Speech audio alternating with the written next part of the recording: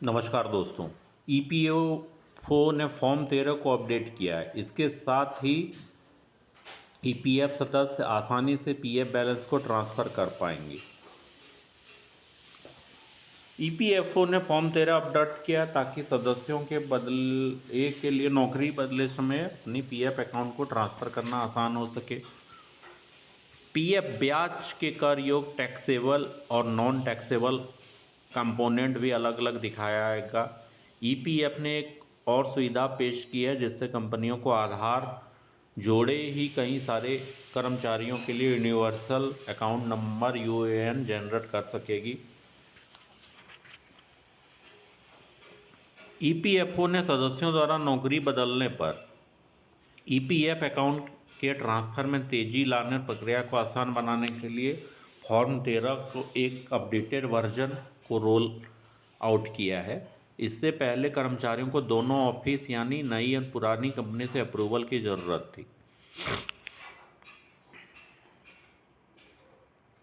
नए सिस्टम के तहत पुरानी कंपनी द्वारा अप्रूव किए जाने पर पीएफ बैलेंस अपने आप नई कंपनी में ट्रांसफ़र हो जाएगा। ईपीएफओ का लक्ष्य इस सुविधा को आसान बनाकर अपने सदस्यों के जीवन को आसान बनाना और अनुभव को बेहतर करना है।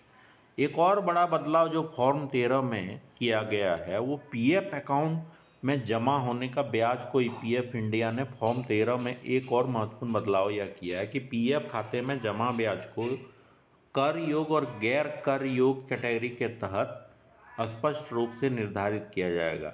इससे ईपीएफओ और उसके सदस्यों दोनों के लिए टैक्स अनुपालन प्रक्रिया सरल हो जाएगी।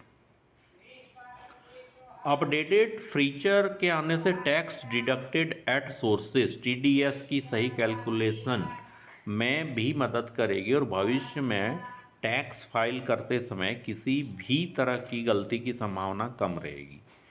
ईपीएफ ने ऑटो सेटलमेंट जैसी प्रक्रिया में तेजी लाने के लिए भी कई अन्य सुधार किए हैं। इस फैसले से उन लोगों को काफ़ी मदद मिलेगा जो अपनी पीएफ क्लेम समय पर सेटल करना चाहते हैं।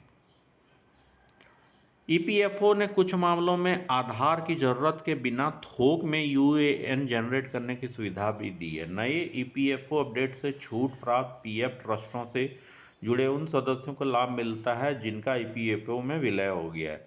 उनकी छूट रद्द कर दी गई है। साथ ही वसूली का अर्थ न्यायिक कार्रवाई क्वासी जुडिशियल प्रोसीडिंग्स से भी जुड़े मामले भी हैं। मौजूदा सदस्य आईडी और उपलब्ध डेटा का इस्तेमाल करके थोक में यूनिवर्सल अकाउंट नंबर जनरेट कर सकते हैं। ठीक है, थैंक यू फॉर वॉचिंग।